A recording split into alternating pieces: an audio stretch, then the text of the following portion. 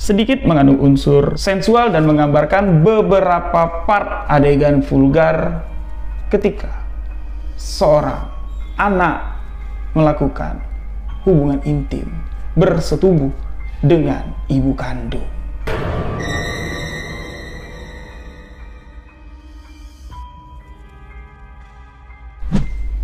Gimana Pak?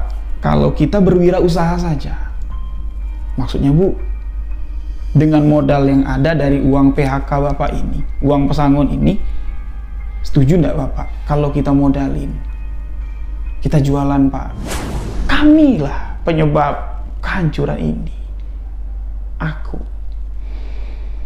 Aku menyesal mau dirayu, dipujuk oleh ibu. Aku menyesal, aku tertipu oleh tipu daya yang sebenarnya hanya untuk memuaskan hasrat dari ibu kita. Pesugihan ini yang membuatku menjadi menderita seperti ini. Belum mati aja aku udah dihukum oleh Allah.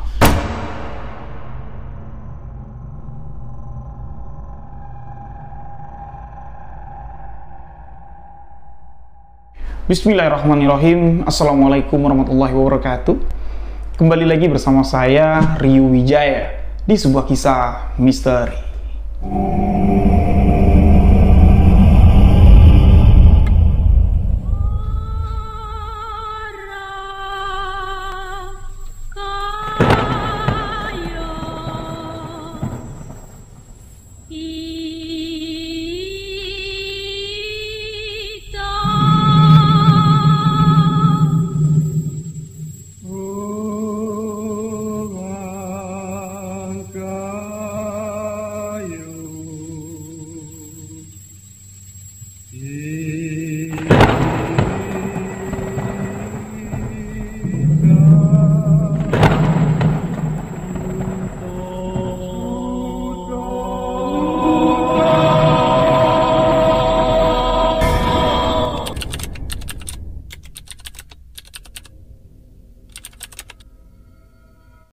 Terima kasih untuk sahabat yang telah mengklik video ini. Terima kasih untuk sahabat yang telah memberikan dukungan, memberikan support agar channel ini dapat berkembang. Untuk sahabat yang baru bergabung, baru mendengarkan kisah misteri yang saya ceritakan, sahabat boleh mengklik tombol subscribe, aktifkan notifikasi loncengnya, dan jangan lupa bagikan video sebuah kisah misteri ke akun sosial media sahabat-sahabat semua. Untuk lebih akrab dengan saya, sahabat boleh follow akun Instagram pribadi saya di Rio.Wijaya91, dan untuk sahabat yang ingin berbagi cerita pengalaman misteri yang sahabat alami, sahabat tuliskan dulu ceritanya, lalu kirimkan ke alamat email kami di sebuahkisahmisteri@gmail.com. Insya Allah kisah kiriman sahabat akan saya bawakan di video sebuah kisah misteri selanjutnya. Dan alhamdulillah, di video kali ini, setelah 2 video sebelumnya saya menceritakan kisah dari Tanah Jambi, video kali ini saya pilih kisah kiriman dari salah seorang sahabat. Kisah yang sangat epik, kisah epik di tahun 2024. Di awal tahun 2024, saya tetapkan adalah kisah yang akan sahabat-sahabat dengarkan. Inilah kisah nyata, sebuah kisah misteri. Dibuka dengan seperti syair atau senandung yang bersajak layaknya seperti puisi. Nih, ini kita agak sedikit-sedikit mengolah kosakata ya, karena si penulis atau narasumber yang membagikan kisah ini, kemampuan atau cara menulisnya saya kagum sekali. Ditanya, jangan-jangan ini penulis novel? Saya bilang, enggak kok, dia bilang. Jadi dibuka dengan kalimat, apalah arti sebuah nama Bang Rio? Apalah arti dari sebuah gelar jika orang yang menyandang gelar, orang yang disebut nama, ini adalah orang-orang yang sadar, orang-orang yang dengan kesadarannya melakukan kesalahan, melakukan pengorbanan. pengorbanan hidup dan kehidupan. Jadi sepantasnya aja lah Bang Rio berikan kami ini nama-nama samaran, sesuaiin aja lah dengan Bang Rio. Karena saya membaca tulisan yang dikirim sahabat kita ini ke alamat email kami, sebuahkisahmisteri@gmail.com, dari awal sampai akhir cerita dan panjang, kompleks, menceritakan tentang kehidupan, misteri dari kehidupan keluarganya ini dari awal sampai akhir. Tidak ada satupun saya baca ada inisial nama dalam penyebutan. Yang ada saya. Itu menggambarkan karakter si penulis atau narasumber yang mengirimkan kepada saya. Lalu bapak, ibu, abang yang menggambarkan. Itu adalah isi dari keluarga mereka. Dua bersaudara terlahir dari sepasang suami istri. Jadi Didi. Itulah nama yang saya pilih untuk menyamarkan nama sahabat yang telah mengirimkan kisah ini. Didi mengucapkan sebuah pernyataan di awal kisah ini ya. Jadi selain Didi, saya pun dari dasar hati yang paling dalam sebenarnya bimbang dan ragu juga untuk bawa kisah ini, karena dalam sebuah kisah yang telah berlalu, yang telah dialami oleh Didi dan keluarga, ini saya terpaksa harus mengucapkan kalimat-kalimat yang menggambarkan adegan yang berbau pornografi, berbau sensual dalam penjabarannya, karena terpaksa, karena itulah yang benar-benar terjadi. Tapi sahabat-sahabat tidak perlu berpikir yang aneh-aneh dulu ya. Tidak semua isinya tentang itu, tidak, tapi ada bagian-bagiannya nanti. Jadi saya ingin mengingatkan, mungkin saja sahabat mendengarkan kisah ini lagi sama keluarga, ada bocil-bocil, ada anak, ada ponakan, atau ada keluarga yang usianya masih di bawah 18 tahun, harap skip aja lah kisah ini, tonton atau dengarkan kisah saya yang lain, karena kisah ini sedikit mengandung unsur sensual dan menggambarkan beberapa part adegan vulgar ketika seorang anak melakukan hubungan intim bersetubuh dengan ibu kandung.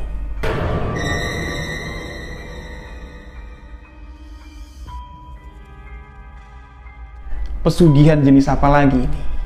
Itulah pertanyaan yang timbul di hati saya setelah selesai saya membaca keseluruhan dari kisah kiriman ini.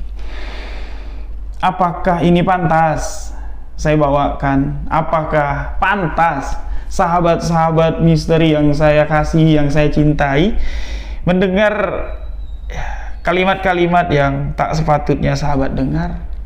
Namun di satu sisi saya berpikir, mungkin ini adalah cerita pengingat untuk menjadikan diri kita lebih mawas diri, menjadikan kita eling ya.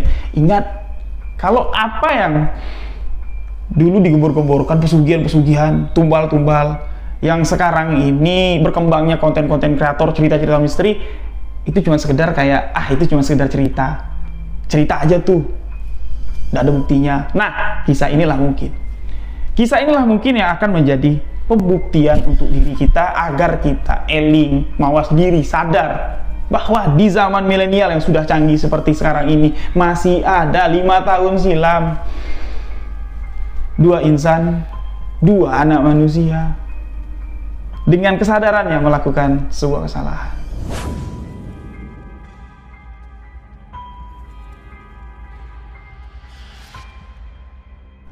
Diceritakan Didi ini terlahir dari sepasang suami istri. Diceritakan dulu bapak dari si Didi adalah seorang pegawai dari salah satu pabrik bapak Didi. Karena sudah lama bekerja di pabrik itu, beliau diberi kepercayaan lebih, dapat jabatan lah di pabrik itu. Dari bekerjanya bapak Didi di pabrik itu, itulah satu-satunya sumber penghasilan untuk menghidupi keluarga. Bapak Didi punya 2 anak, Abang Didi dan Didi. usia abang Didi sama Didi ini terpaut, tidak terlalu jauh, 1 tahun lebih lah, 1,5 tahun lah kita katakan, yang mana 5 tahun silam ketika awal kisah ini terjadi, Didi berusia di 18 tahun, sedangkan abangnya berarti kisaran 20 tahun lah, ya kita gambarkan di sini. Pada satu masa, di masa itu, di saat keluarga ini tengah menjalani aktivitas kegiatan mereka masing-masing, kehangatan keluarga di sini sangat dapat dirasakan karena semua dari anggota keluarga mereka saling menyayangi, saling menjaga, saling mencintai. Keharmonisan dari sebuah keluarga terpancarkan dari kehidupan keluarga Didi, tapi dulu sebelum peristiwa buruk atau nasib lah yang menimpa Bapak Didi. Bapak yang mengakui bahwa seingatku tidak ada lah kesalahan sedikit pun yang kulakukan saat aku bekerja, apalagi sampai merugikan perusahaan, tapi kok tega. Aku sudah bekerja sangat lama sekali dan setengah hidup Bapak ini mendedikasikan kehidupannya untuk membangun perusahaan tersebut, tapi di masa itu Bapak diberhentikan secara sepihak, di PHK tanpa ada alasan. Namun masih ada syukurnya juga lah, Didi bilang. Bapak di PHK masih ada penghormatan dari perusahaan. Keluarlah uang pesangon. Nominalnya, kalau dibilang banyak-banyak, tapi tidak terlalu banyak, tidak cukup lah untuk menggantikan posisi Bapak kalau masih bekerja, yang mana statusnya nih, 2 anak Bapak ini masih butuh biaya. 2 anak laki-laki, walaupun sudah dewasa-dewasa, tapi masih butuh biaya. Belum dapat mencari nafkah sendiri.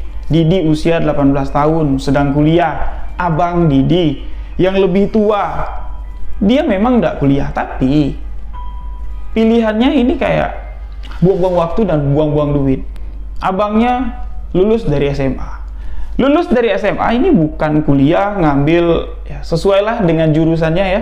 Anak SMA itu biasanya kan ekonomi, akuntansi atau apalah. Tapi malah kepingin sekali kursus di bidang otomotif. Loh, kenapa enggak sekolah STM aja? Sekalian enggak pakai kursus otomotif lagi. Nah, karena bapak sayang anak, ibu sayang anak, Didi juga terserah abang lah. Abangnya pun melanjutkan kursus untuk di bidang otomotif. Jadi masih butuh biaya nih 2 anak ini, sedangkan ibu rumah tangga, mengurus anak, mengurus suami, mengurus rumah tangga dengan baik. Ketika bapak di PHK, semuanya pasti merasa sangat sedih sekali. Kesedihan bukanlah akhir dari cerita keluarga tersebut, karena waktu masih terus berlalu. Hari-hari akan terus tetap mereka lalui, dan terbesitlah sebuah pemikiran dari sang ibu. Gimana Pak, kalau kita berwirausaha saja? Maksudnya Bu, dengan modal yang ada dari uang PHK Bapak ini, uang pesangon ini, setuju enggak Bapak kalau kita modalin? Kita jualan Pak. Jualan apa segala macam, ini diperbincangkan, yang mana bapaknya si Didi ini kan pegawai. Yang namanya pegawai itu sulit lah, atau ya ada beberapa lah pegawai yang bisa sambilan untuk berbisnis atau berdagang. Karena ya kalau pegawai gajinya sudah tetap, datang pagi balik sore, melakukan aktivitas sehari-hari, rutinitas yang biasa dilakukan, gaji dapat. Sedangkan pengusaha kan enggak. Gejolak gelombangnya ini bermacam-macam. Hari ini laku, besok ada saingan, kita enggak laku, bisa-bisa bangkrut. Jadi ya butuh effort yang sangat besar sekali lah, butuh pemahaman.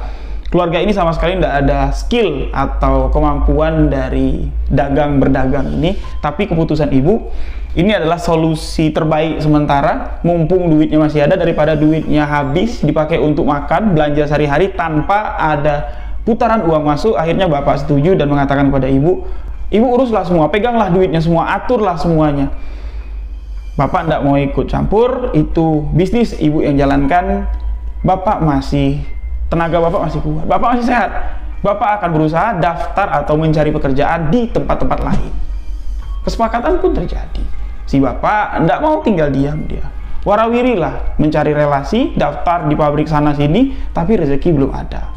Sedangkan ibu mulai merintis usahanya ini. Nah, si abang anak tertua ya, yang seharusnya berdiri tegak menggantikan posisi bapak sebagai tulang punggung, bukannya ndak mau, tapi baru sadar kalau oh ini waktunya aku action dan keputusan besar harus diambil. Abang memutuskan aku berhenti aja lah pak kursus, biar lebih hemat keluarga kita. Nah, si Didi adik mendengar abangnya mau berhenti kursus, aku juga berhentilah pak kuliah, biar aku bantu-bantu ibu di warung. Tapi keputusan Didi ditolak bapak, ibu, dan abang. Tapi keputusan abang tak dapat ditangguhkan.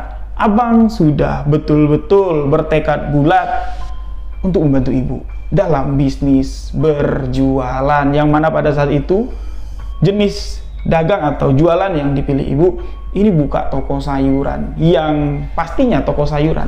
Aktivitas pagi ya, ini belanja di pasar induk, baru dibawa ke toko jualan.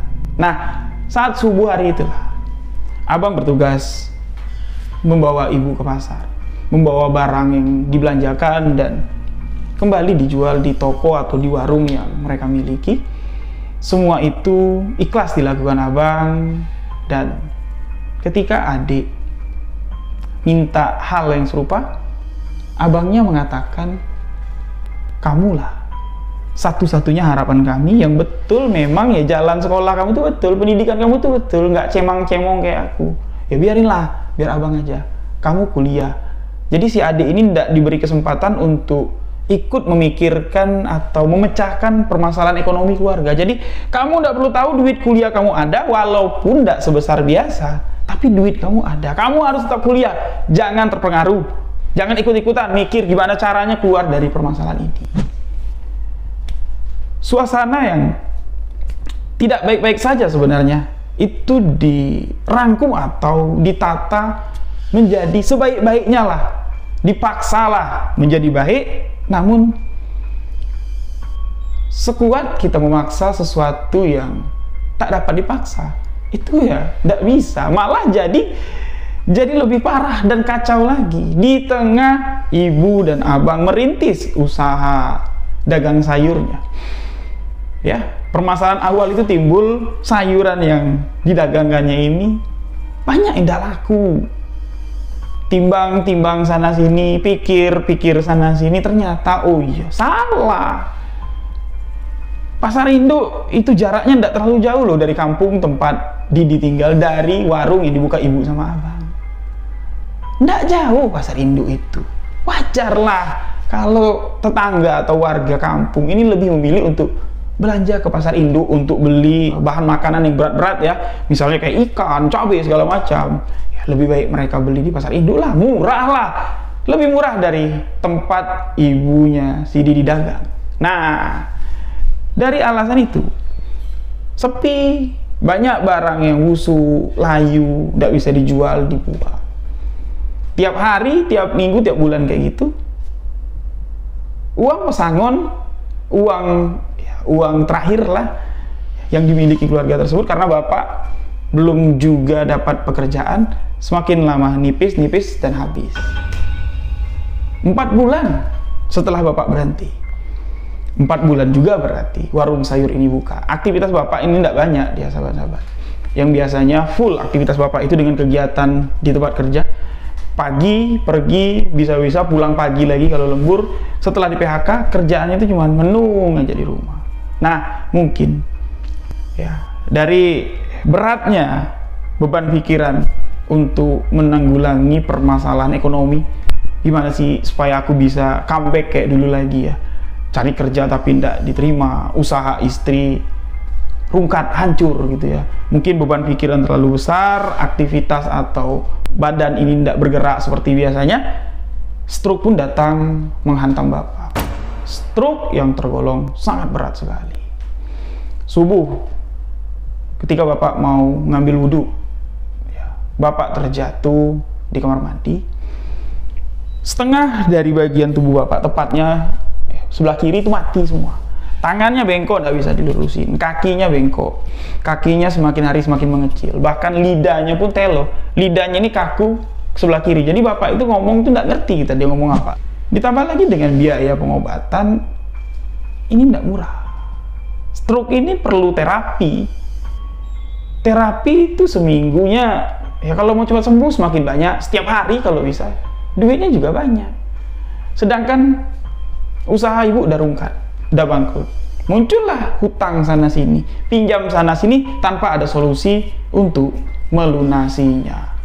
Didi ya, yang masih mencoba untuk mencari tahu atau mencari fakta, bener nggak sih keluargaku ini lagi dalam masalah besar setelah bapak jatuh sakit, ini lagi-lagi dilarang atau dibatasi sama abang sama ibu. Kamu jangan mikirin hal di luar kuliah kamu, itu urusan abang. Abang yang bertanggung jawab. Memang Didi melihat abang ini nggak pernah diam dia. Entah apa yang dilakukan sama si abang, entah pekerjaan apa yang dilakukan sama abang, duit yang sudah habis jadi modal sayuran yang nggak laku ini, tiba-tiba ya abang ini ada aja duitnya, bisa beli obat bapak, bawa bapak terapi, makan, duit sanggup kuliahku walaupun ya ala kadarnya lah, tapi tetap ada setiap hari. Nah, karena ya pembatasan itu frontal sekali dirasakan Didi pun, ya udahlah, nanti kalau kenapa-kenapa jangan salahin aku. Itulah ya pikiran dari si Didi. Dan di satu peristiwa, di masa kesulitan ekonomi ini dirasakan Didi ini sulit sesulit-sulitnya. Ya istilahnya udah rungkat betul-betul lah, si abang pun udah mau menyerah. Tapi di balik itu semua ada sesuatu yang kalau saya ambil kesimpulan dari tulisan itu, kayak gambaran nasib itu bisa terbalik seperti gampangnya kita membalikkan telapak tangan. Ya, dari telapak tangan atas balikin ke telapak tangan dalam. Seperti itulah. Dari keadaan susah, seperti membalikkan telapak tangan ibu dan abang. Entah dapat ide dari mana, entah dapat modal dari mana, mereka merintis usaha baru, dan usaha baru yang dirintis ini, yang tak dapat saya sebutkan, ini berkembang pesat sampai menjadi usaha UMKM yang ya, bukan cuma sekedar mengayakan atau memberikan kekayaan, memberikan keuntungan kepada keluarga Didi seorang, ini juga berdampak positif untuk warga-warga sekitar. Mereka sempat bikin pabrik untuk menjalankan bisnisnya tersebut. Didi terkejut loh, kok bisa ya nasib berubah begitu cepat?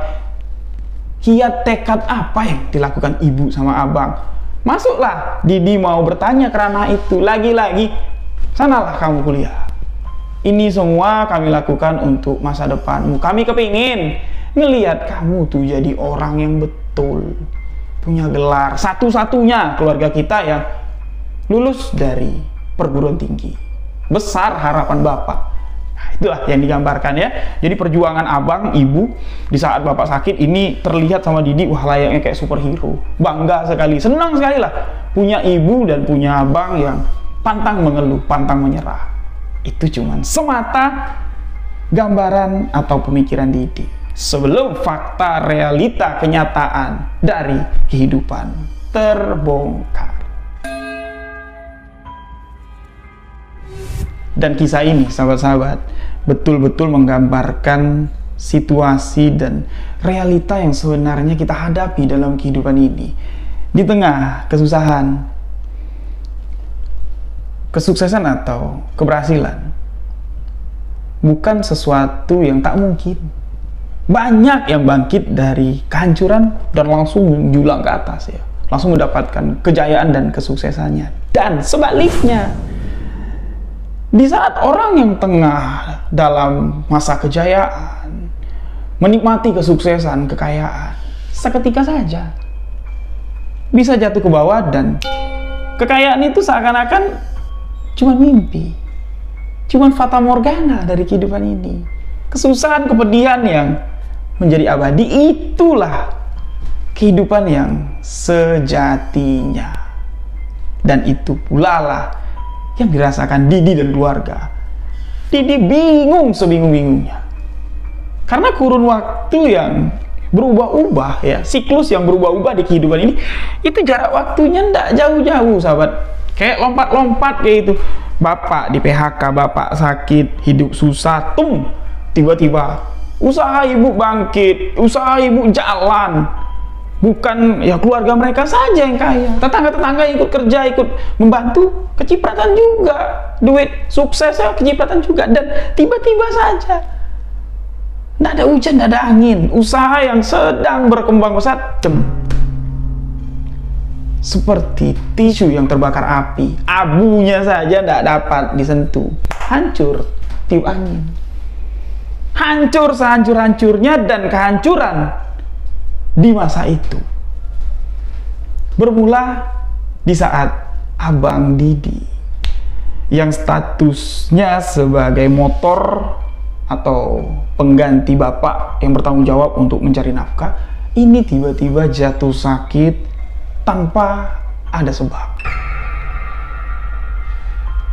Abang tiba-tiba mengeluh kalau sekujur tubuhnya ini kayak kesetrum, nggak bisa digerakkan, dan dari situlah kelumpuhan total itu seakan-akan ada di tubuh Abang. Dan seketika pula keluarga ini kayak sudah jatuh tertimpa tangga, terkena tai ayam pula. Di kondisi Abang yang sakit, di tengah penderitaan Abang melawan penyakit yang ada di tubuhnya, penyakit yang sudah didiagnosa dokter-dokter hebat, orang-orang pintar, tapi tak ada satupun yang dapat menyatakan sakitnya ini, sakitnya itu. Tidak. Semuanya ngambang, semuanya tidak ada yang dapat mengetahui apa penyakit yang sebenarnya. Di tengah masa prihatin untuk kehidupan Bapak dan Abang, masa yang memerlukan seorang Wonder Woman, seorang ibu yang harus merawat bapak, yang harus merawat abang. Didi yang ditugaskan kan cuma kuliah, ndak masuk dalam ya bisnis atau masuk dalam masalah pemecahan untuk mencari uang pada saat itu. Jadi dihadapkan dengan situasi yang membingungkan. Ibu tiba-tiba saja berubah. Ibu yang tadinya sosoknya, aduh, baiklah, pokoknya seorang wanita yang bermartabat, seketika saja setelah abang sakit, ibu menjadi seorang wanita binal, wanita yang seakan-akan penuh dengan hasrat, penuh dengan kehidupan yang maaf saya katakan layaknya seperti perempuan yang liar.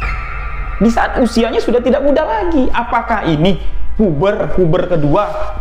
Timbullah pertanyaan seperti itu di dalam hati Didi. Tapi enggak lah, ini bukan puber, tapi enggak tahu diri. Karena Didi berani bilang emaknya enggak tahu diri, itu bukan tanpa sebab, tanpa alasan.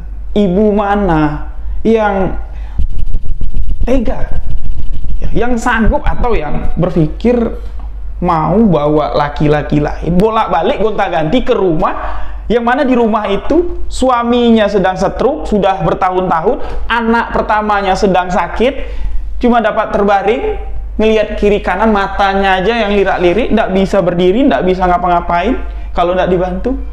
Sedangkan ibu senang-senang bawa laki-laki keluar masuk dengan fasilitas yang telah diperjuangkan oleh si abang dan didasari oleh modal dari si bapak. Ya walaupun modal pertama hancur kan tetaplah modal bapak. Si ibu senang-senang di atas penderitaan bapak dan abang. Nah, Didi yang melihat itu, Didi yang merasa ini ada hakku loh untuk menegakkan kebenaran di rumah ini. Aku bisa menegur ibu, dan teguran yang dilakukan Didi kepada ibu ini dianggap lancang dan menjadi penyebab pertengkaran. Pertengkaran itu malah menghancurkan semuanya. Ibu tiba-tiba saja minggat dari rumah setelah bertengkar dengan Didi. Didi tidak menengkarkan hal-hal yang bikin ibu sakit hati. Didi cuman minta, lihat bapak, lihat abang, mereka sedang sakit. Kenapa ibu bawa orang asing ke rumah ini? Siapa? Alasannya teman bisnis, teman kerja. Padahal mereka di kamar entah ngapain. Didi sudah tidak merasa kalau ibunya hidup di dunia ini. Bapak yang sudah lama sakit, bapak masih hidup, tapi ibu yang tidak sakit apa-apa itu sudah mati. Karakternya di dalam hati Didi. Karena 180 derajat ibunya sudah berubah, dan di saat ibunya pergi meninggalkan Didi meninggalkan abang yang sakit, bapak yang sakit di hari kepergiannya. Di awal Didi memang tidak mencari, tidak ada niatan untuk mencari kemana ibu pergi. Biarkanlah, biar pergi sekalian. Tapi di penghujung nyawa atau sebelum ajal menjemput abang meminta dan memohon kepada Didi untuk cari ibu. Saat itulah Didi baru bergerak, berpikir dan mencari tahu di mana keberadaan sang ibu. Namun Allah tak mengizinkan mereka bertemu sampai abang meninggal dunia. Ibu juga tak ditemukan Didi. Selesailah. Abang sudah meninggal. Usaha yang dibangun abang sama ibu, usaha yang satu-satunya ya jadi sumber penghasilan keluarga tersebut, ini awalnya ketika ibu ini masih di rumah, masih bolak-balik bawa cowok, bawa berondong lah ke rumah tanpa sungkan, tanpa malu, itu usahanya masih jalan.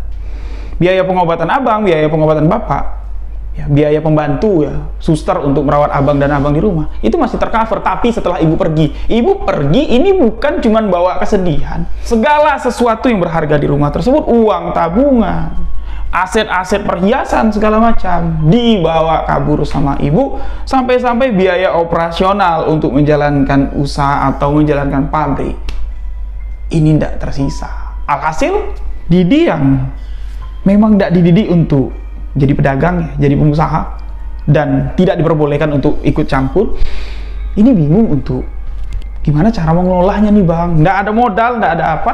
Si abang yang cuman bisa ngasih arahan ya, karena abang kan nggak bisa ngapa-ngapain, cuman ngasih arahan. Dengan arahan itu nggak semua yang diarahkan abang, tanpa abang terjun langsung ke situasi dalam dunia bisnis pada saat itu, ini membuahkan hasil. Singkat cerita, dalam hitungan bulan, usaha yang membesarkan nama keluarga tersebut hancur, gulung tikar.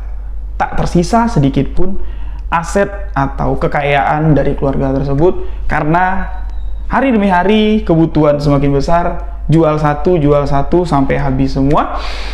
Didi yang pada saat itu statusnya kan si anak manja yang terpaksa untuk menentang kerasnya kehidupan, ditempah menjadi seekor banteng untuk mendobrak halang lintang kehidupan yang pahit.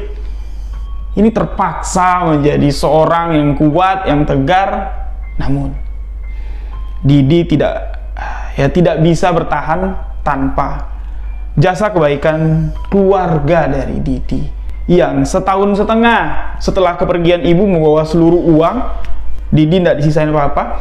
Keluarga lah yang menopang kehidupan Didi, membantu biaya perobatan abang sama bapak. Tapi setelah kurang lebih sekitar setahun setengah ditopang terus setiap bulanannya, ya, batas orang membantu itu kan ada batasnya. Mungkin pada saat sudah setahun setengah bukan tidak mau bantu lagi, diminta pun tidak ada duit lagi. Mungkin mereka juga lagi mengalami masa paceklik. Nah, sedangkan Didi kan tidak ada yang ngerawat bapak, ngerawat abang, jadi dia terlena dengan uang kiriman bulanan dari keluarga. Dia pun tidak nyari kerja loh sahabat-sahabat, sibuk ngurusin bapak aja, sibuk ngurusin abang aja, sampai di mana ketika minta duit sama keluarga tidak mau ngasih. Sempat kecewa, sempat sakit hati, tapi dia sadar kalau aku kecewa sakit hati dengan keluargaku ini sama saja aku tidak berterima kasih. Dan Didi terima kenyataan pahit, dan akhirnya beliau harus berjuang lebih keras lagi. Selain pagi ini merawat bapak sama abang, setelah itu Didi harus mencari uang untuk makan.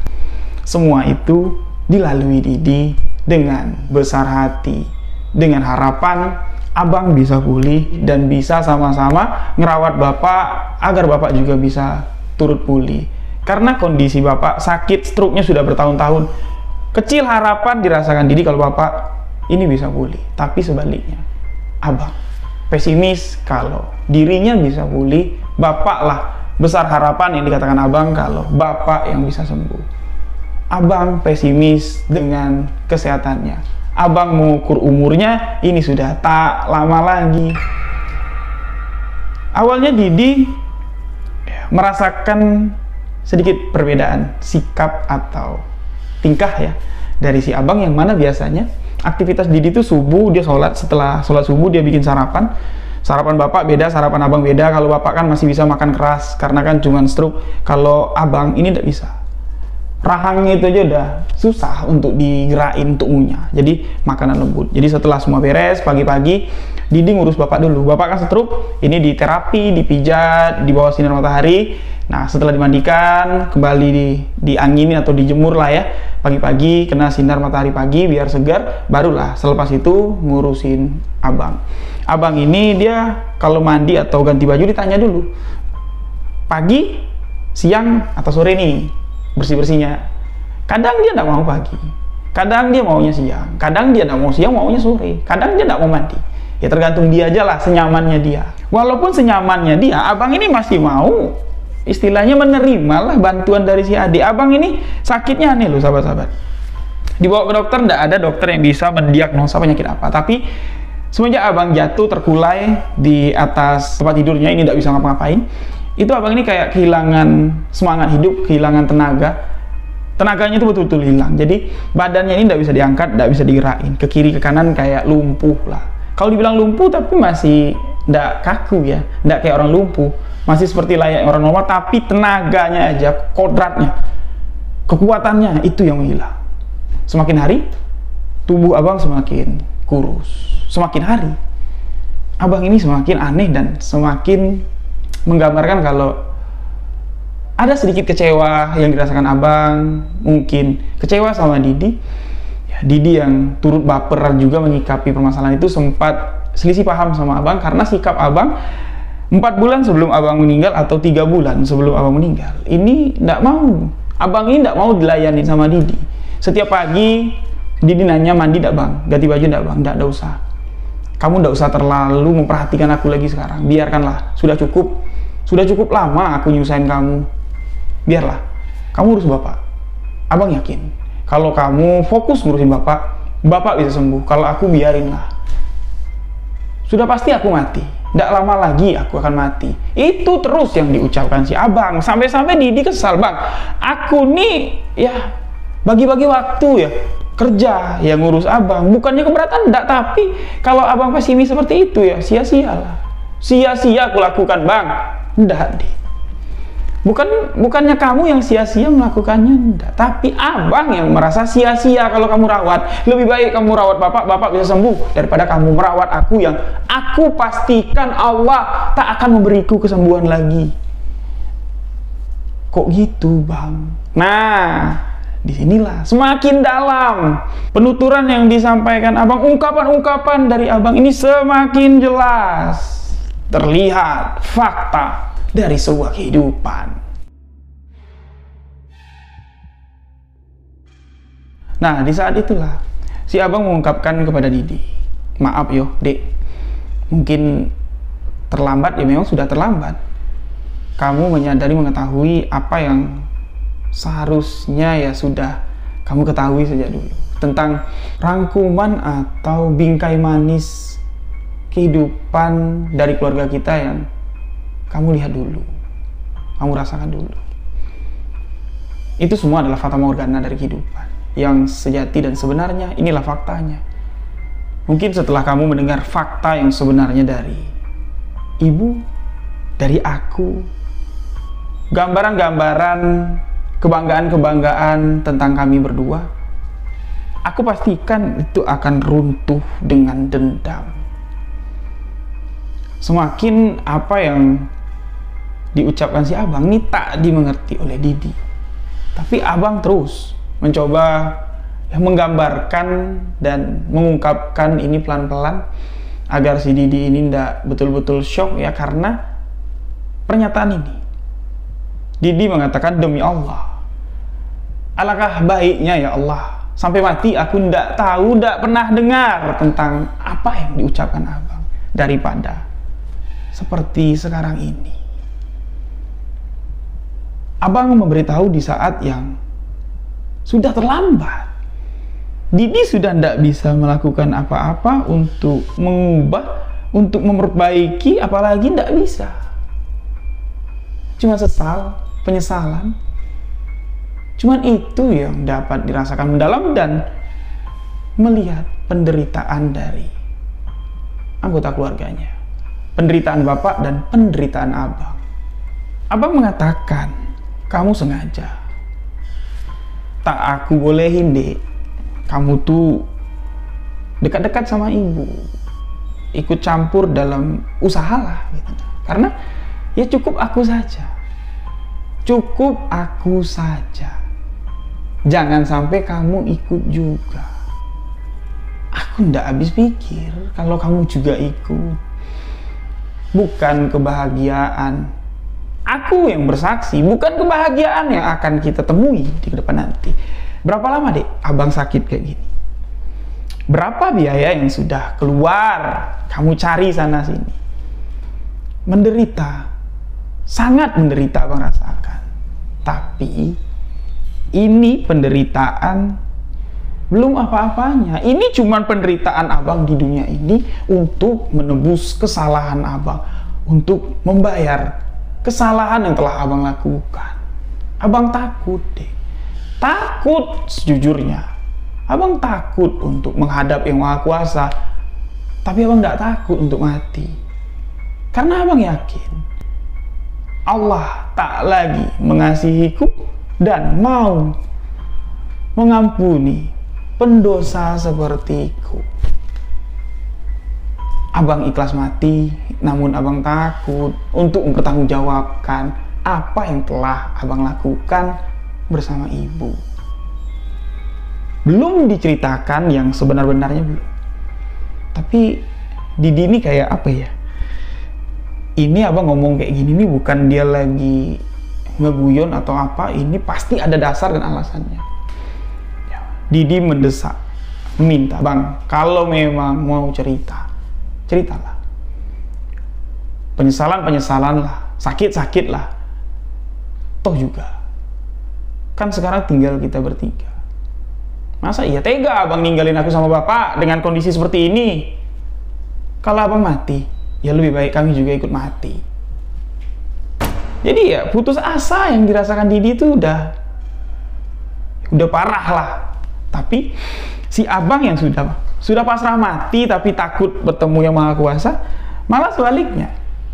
Istilahnya semangat hidup abang ini ditransfer ke Didi dengan mengatakan seperti ini, kau harus mengubah segalanya, kau harus menyelesaikan apa yang sepatutnya aku yang menyelesaikan. Apa yang abang rasakan, nyawa abang, umur abang tidak sampai lama lagi, itu ada alasannya. Jadi kayak abang ini tidak mau menjelaskan lah ya, mungkin dia mimpi kah atau ada bisikan gaib kah mengatakan kalau umurnya tidak lama lagi. Jadi pesan-pesan atau permintaan maaf itu sudah mulai dikeluarkan sama abang, dan satu pesan yang wajib dan dimohon lah sama si abang, tolong cari ibu. Sebelum abang mati, abang mau mencium kaki ibu. Tolong carikan ibu. Bang, untuk apa, bang? Ibu sudah jahat. Ibu sudah ninggalin kita. Ibu jahat di matamu atau kau memandang ibu jahat telah meninggalkan kita? Aku yang kau anggap baik, yang kau anggap sebagai abang yang layaknya seperti superhero. Aku dan ibu posisinya ketika kami berdiri di hadapan ayah, kami layaknya seperti seekor hewan yang ada di muka bumi ini, seekor hewan yang paling hina, seekor hewan yang paling hina, sehina-hinanya ketika ada di hadapanmu dan di hadapan ayah.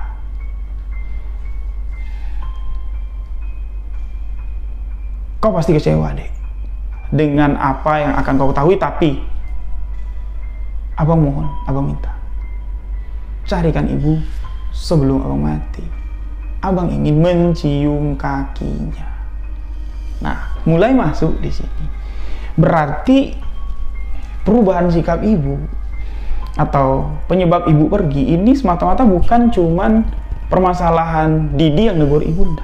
Ternyata ini ada akarnya.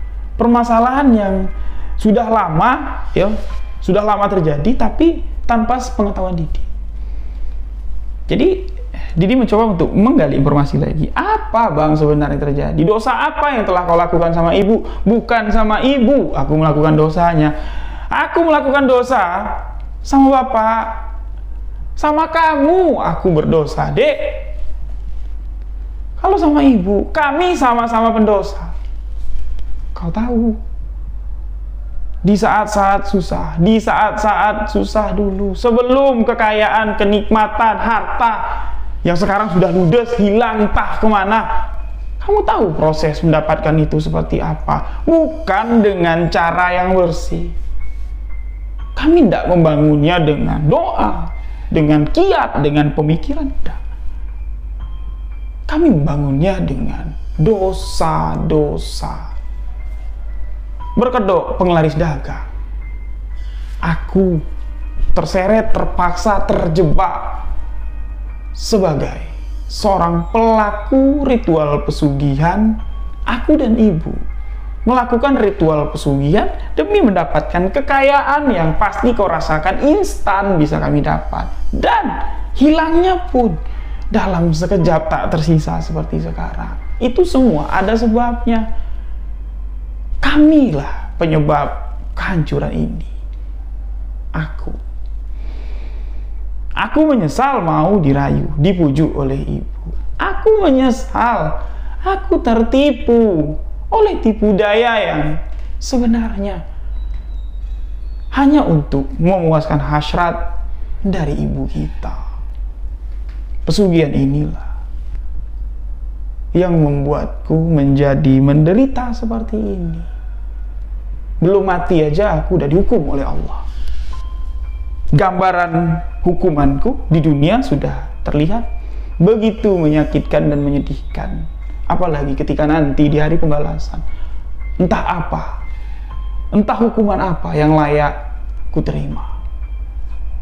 Hukuman seorang anak yang telah bersetubuh dengan ibu kandungnya demi menjalankan ritual pesugihan, demi melakukan ritual puja, demi mendapatkan harta kekayaan dari pemuja iblis.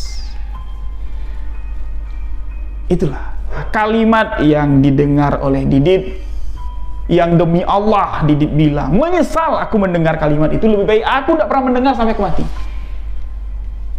Runtuh rasa keyakinan tuh. Nah, dia nganggap ibunya, weh the best lah makku, abang weh abang terbaik lah. Tapi ternyata ya Allah, abang menggambarkan hina binatang yang ada di muka bumi ini, lebih hina kami lah lagi. Ya pantas. Apa hukumnya? Seorang anak dengan sadar, dengan kemauan, dengan dengan nyata lah mencumbu ibunya sendiri sebagai syarat penukaran kekayaan. Na'udzubillah min dzalik. Jadi Didi tidak mau setengah-setengah dia meminta abang menceritakan detail demi detail, rangkaian-rangkaian ritual yang dilakukan sampai kok kamu bisa berakhir di atas tempat tidur, dan kenapa ibu menghilang, kemana, dan bagaimana caranya aku dapat mengembalikan semua keadaan ini.